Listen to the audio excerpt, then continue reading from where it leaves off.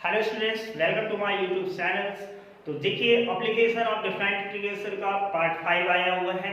तो देखिए अब हम इसमें जानेंगे कि अब कोई एरिया किस तरीके से बाउंड है, उसको सॉल्व करने का तरीका क्या है। तो देखिए area bounded between two curve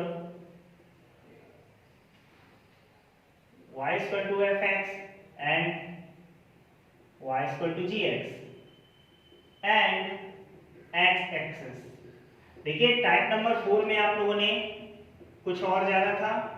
area bounded between two curve था, y is equal to fx and y is equal to gx। केवल टू कर्व से ही बाउंड एरिया था, बट यहाँ पर टू कर्व है और उसमें क्या शामिल है, x एक्सिस शामिल है। तो देखिए like this is the first curve y is equal to fx and this is a second curve y is equal to gx and this is x axis, right। ये हमारा fx हो गया, ये हमारा gx हो गया ये कर्व, और ये हमारा हो गया x एक्सिस।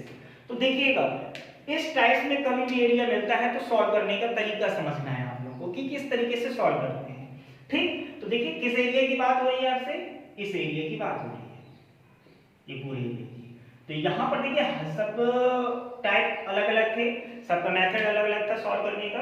तो देखिए करेंगे क्या, ऑब्वियसली सी बात है कि अगर इन तीनों से एरिया बाउंड है तो y बार इक्वल टू fx कर्व ने x एक्सिस को कहीं ना कहीं इंटरसेक्ट किया, y इक्वल टू fx ने x एक्सिस को इंटरसेक्ट किया। तो किसी पॉइंट पर इंटरसेक्ट किया होगा। अगर आपको उस पॉइंट के कोऑर्डिनेट चाहिए तो उसी कोऑर्डिनेट में, उसी कर्व में y इक्वल टू 0 रखकर आप उसके इंटरसेक्ट पॉइंट को फाइंड कर लेते हैं। तो लिखेंगे y इक्वल टू fx में put x y equal to 0, क्योंकि x एक्सिस को इंटरसेक्ट कर रहा है तो y इक्वल टू 0 इनपुट करेंगे। तो जैसे ही इनपुट करेंगे तो fx इक्वल टू 0, तो x की कोई ना कोई वैल्यू निकलेगी। लेट माना मैंने x की वैल्यू कितनी आ गई, x1, तो इसके कोऑर्डिनेट क्या हो जाएंगे, x1, 0, राइट। अब सेकेंड कर्व राइट वाले कर्व ने y इक्वल टू gx ने भी x एक्सिस को इंटरसेक्ट किया, so y equal to gx ने भी x एक्सिस को इंटरसेक्ट किया, y equal to gx intersect x axis. So y equal to 0 यहां भी इनपुट कर देंगे, y इक्वल टू 0 इनपुट करेंगे तो gx इक्वल टू 0, तो यहां से x की एक अनदर वैल्यू निकलेगी। सपोज दैट x की वो अनदर वैल्यू है x2, या हम थोड़ी देर के लिए x3 कह दें, वो तो आपकी कैसे पर डिपेंड करती है। तो इस पॉइंट के कोऑर्डिनेट क्या हो जाएंगे, x3, 0, ओके। अब आपने फर्स्ट कर्व में y इक्वल टू 0 इनपुट कर दिया, इंटरसेक्ट पॉइंट निकाल दिया। सेकेंड कर्व ने y इक्वल टू 0 इनपुट कर दिया, इंटरसेक्ट पॉइंट निकाल दिया। अब ये कर्व भी एक दूसरे को कहीं ना कहीं इंटरसेक्ट कर रहे होंगे, ये यहां पर कर रहे हैं। तो ऐसा करेंगे to solve curve y equal to fx and y equal to gx। तो जब ये दोनों कर्व को आप सॉल्व करेंगे तो यहां से भी एक और इंटरसेक्ट पॉइंट आएगा, x y की वैल्यू आएगी, वो सपोज दैट हमारी क्या है, x2, y2 है। सपोज इंटरसेक्ट पॉइंट क्या आते हैं, x2, y2, तो आप किसके कोऑर्डिनेट हो जाएंगे, x2, y2। तो देखिए अब समझिए इसका हम लोग कैसे फाइंड करेंगे एरिया। तो देखिए एरिया फाइंड करने के लिए आपको क्या करना पड़ेगा, जो कर्व एक दूसरे को इंटरसेक्ट कर रहे हैं जिस पॉइंट पर, उसी पॉइंट से आप लोगों को एक लंब डालना है, x एक्सिस में आपको एक लंब डाल देना है। जहां पर वो कर्व एक दूसरे को इंटरसेक्ट कर रहा है वहीं से आपको x एक्सिस पे लंब डाल देना है। तो ये अगर मैंने पॉइंट A कहा, ये B कहा और ये C पॉइंट कहा और ये D कहा गया, तो D के कोऑर्डिनेट कितने होंगे, क्योंकि x2 है और ये y2 है, तब ये x2 y2 है, तो सो इसके कोऑर्डिनेट कितने होंगे, x2, 0 होंगे, राइट। तो देखिए अब हमारा जो एरिया है, एरिया ऑफ ABCA, ये कंप्लीट एरिया की बात कर रहा हूं। तो अब जो हमारा एरिया होगा वो कैसे फाइंड करेंगे, क्योंकि देखिए हमारे पास यहाँ पर टू कर्व हैं, इस कर्व का प्ले जो है वो यहां तक है, यहां से दूसरा कर्व प्ले करने लगता है C से B तक, तो यहां पर दोनों कर्व अलग अलग हैं। तो ऐसा करेंगे एरिया ऑफ ADCA यहां तक के एरिया अलग निकालेंगे इस कर्व के साथ, और प्लस एरिया ऑफ DBCD यहां से यहां तक का एरिया इस कर्व के साथ अलग निकालेंगे, और दोनों एरिया निकालकर ऐड कर देंगे तो हमारा कंप्लीट एरिया होगा।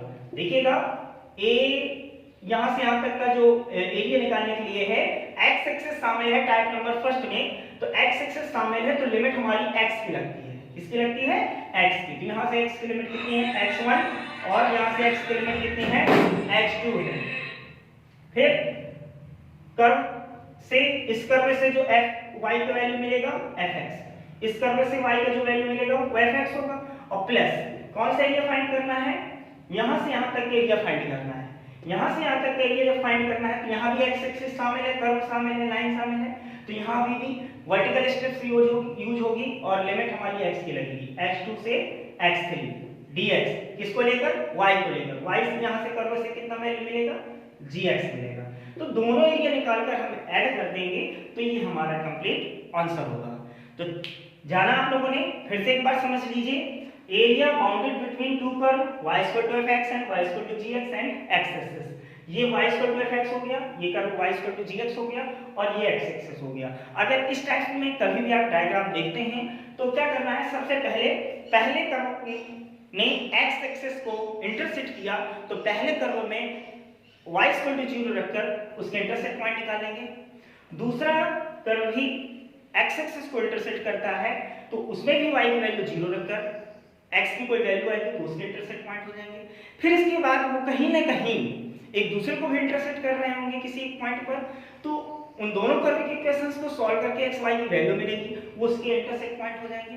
तो जहां पर वो दोनों कर्व एक दूसरे को इंटरसेक्ट कर रहे हैं उसी पॉइंट से आप उसके फ्रंट x एक्सिस पर लंब डाल दें, तो लंब डालेंगे तो वो एक कोऑर्डिनेट होगा। तो यहां से ये जो आप डायग्राम देख रहे हैं, कितने कर्व तक का एरिया आप अलग निकालिएगा, और यहां से यहां तक के कर्व का टाइप नंबर फर्स्ट से एरिया अलग निकालिएगा, दोनों को ऐड करिएगा तो आंसर आएगा। चलिए देखते हैं एक नेक्स्ट क्वेश्चन, इसी पर रिलेटेड एक क्वेश्चंस देखते हैं।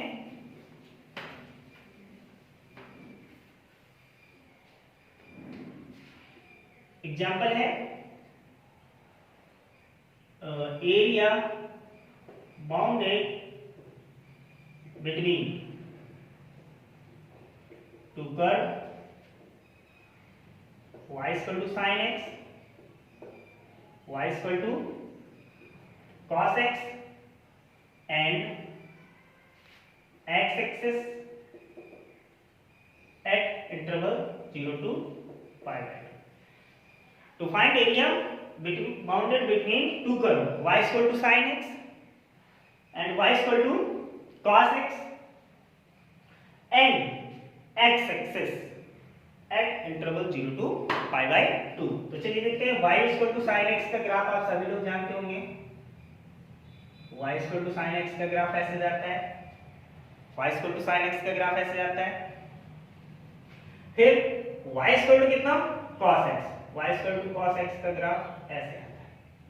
यहां से स्टार्ट डिक्रीज होते हुए चलता है, cos x का वैल्यू जो होता है वो डिक्रीज होते हुए ग्राफ चलता है, और sin x का इंक्रीज होते हुए चलता है। यहां पर दोनों ने इंटरसेक्ट किया हुआ है, तो चलिए देखते हैं।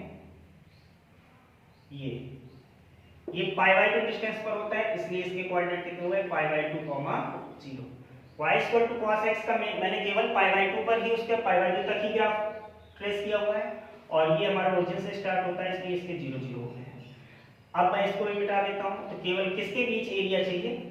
ये y equal to sin x कितना सा ग्राफ है, ये y equal to cos x, ये y equal to sin x, और ये y equal to cos x का ग्राफ आया हुआ था, ठीक। और ये हमारा क्या है? x axis. क्या है हमारा? x axis, okay, x axis, और ये है इंटरसेक्ट पॉइंट। तो देखिए आपको इसके और इसके कोऑर्डिनेट पहले से ही पता चल गए, ठीक है ना। y equal to cos x का ग्राफ पाई बाय 2 पर, क्योंकि पाई बाय 2 पर y equal to cos x, x की वैल्यू पाई बाय 2 पर y की वैल्यू क्या होती है? 0। x equal to pi by 2 पर y की वैल्यू 0 होती है, और x की वैल्यू 0 कब होती है? जब y की वैल्यू 0 कब होगी? जब x की वैल्यू 0 होगी। तो देखिए पहले मैं इनके इंटरसेक्ट पॉइंट निकाल लेता हूं, तो y equal to sin x and y equal to cos x को सॉल्व करेंगे, y की वैल्यू लेफ्ट राइट इक्वल कर देंगे, sin x equal to cos x, that is sin x upon cos x equal to 1, then tan x will be 1 means tan pi by 4, so x value pi by 4, x value pi by 4, तो यहाँ पर coordinate कितना हुआ pi by 4 रखेंगे value और 1/√2। तो मैंने क्या बताया था टाइप नंबर 5 के लास्ट में आप लोगों ने देखा था कि ऐसा करते हैं कुछ इंटरसेक्ट पॉइंट से एक्सिस पर लंब डाल देते हैं, तो इसके कोऑर्डिनेट हो जाएंगे बच्चों pi/4, 0।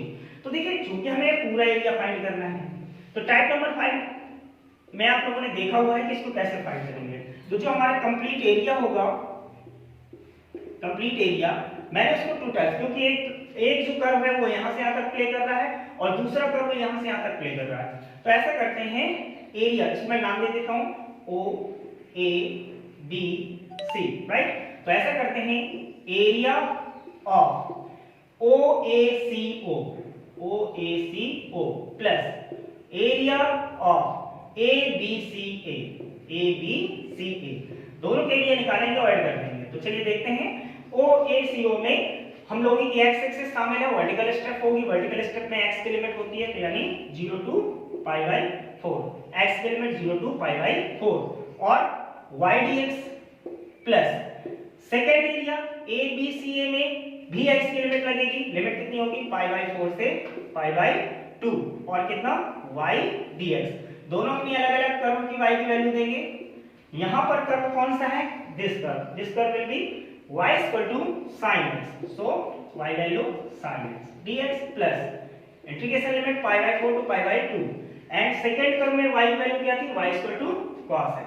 चलिए इंटीग्रेट करते हैं, sin x इंटीग्रेटर माइनस का cos x limit 0 to pi/4 plus the integration of cos x sin x limit pi/4 to pi/2, so area will be a equal to upper limit show करेंगे minus cos pi/4 minus lower limit input करेंगे 0x के place पर 0 plus यहां पर अपर limit show करेंगे, so that is sin pi/2 minus sin pi/4, okay, that is a equal to pi/4 value 1/√2 minus minus plus cos 0 value 1 and the sin pi/2 1 minus sin pi/4 1/√2 1/2 minus 1/√2 that is 2/√2, so area will be a equal to 2 minus, इसको 2 times √2 लिख सकते हैं, 1 times cancel 2 minus √2 square unit. ये हमारा answer था। तो आप लोगों ने टाइप नंबर 5 को जाना, टाइप नंबर 5 क्या था उसी से रिलेटेड मैंने एक एग्जांपल लिया। तो देखिए समझिए, अगर आपको अच्छा लगे मेरा वीडियो तो सब्सक्राइब करिए और नोटिफिकेशन जरूर दबाएं जिससे मेरा अगला वीडियो आप तक पहुंच सके। Thank you.